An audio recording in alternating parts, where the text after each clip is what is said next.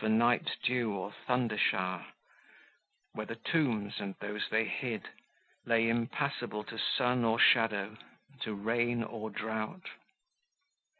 Importuned by the sound of my own footsteps, I turned off upon the turf, and slowly advanced to a grove of yews. I saw something stir among the stems. I thought it might be a broken branch swinging. My short-sighted vision had caught no form, only a sense of motion. But the dusky shade passed on, appearing and disappearing at the openings in the avenue. I soon discerned it was a living thing, and a human thing; and drawing nearer, I perceived it was a woman, pacing slowly to and fro, and evidently deeming herself alone, as I had deemed myself alone, and meditating as I had been meditating. Ere long she returned to a seat, which I fancy she had but just quitted, or I should have caught sight of her before. It was in a nook, screened by a clump of trees.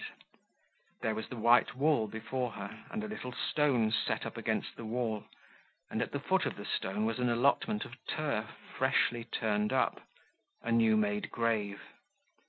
I put on my spectacles, and passed softly close behind her.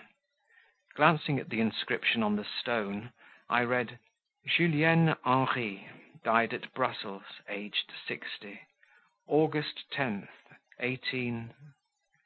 Having perused the inscription, I looked down at the form, sitting bent and thoughtful just under my eyes, unconscious of the vicinity of any living thing. It was a slim, youthful figure, in mourning apparel of the plainest black stuff, with a little simple black crape bonnet. I felt as well as saw who it was, and moving neither hand nor foot, I stood some moments enjoying the security of conviction. I had sought her for a month, and had never discovered one of her traces, never met a hope or seized a chance of encountering her anywhere. I had been forced to loosen my grasp on expectation, and but an hour ago had sunk slackly under the discouraging thought that the current of life and the impulse of destiny had swept her for ever from my reach. And behold, while bending suddenly earthward beneath the pressure of despondency, while following with my eyes the track of sorrow on the turf of a graveyard, here was my lost jewel, dropped on the tear-fed herbage, nestling in the messy and mouldy roots of yew trees. Frances sat very quiet, her elbow on her knee, and her head on her hand. I knew she could retain a thinking attitude a long time without change. At last a tear fell. She had been looking at the name on the stone before her, and her heart had no doubt endured one of those constrictions with which the desolate living, regretting the dead, are at times so sorely oppressed. Many tears rolled down, which she wiped away again and again with her handkerchief. Some distressed sobs escaped her, and then, the paroxysm over, she sat quiet as before.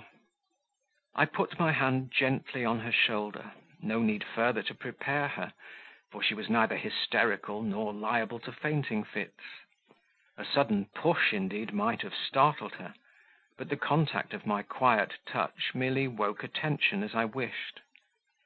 And though she turned quickly, yet so lightning swift is thought, in some minds especially, I believe the wonder of what, the consciousness of who it was that thus stole unawares on her solitude, had passed through her brain and flashed into her heart even before she had effected that hasty movement.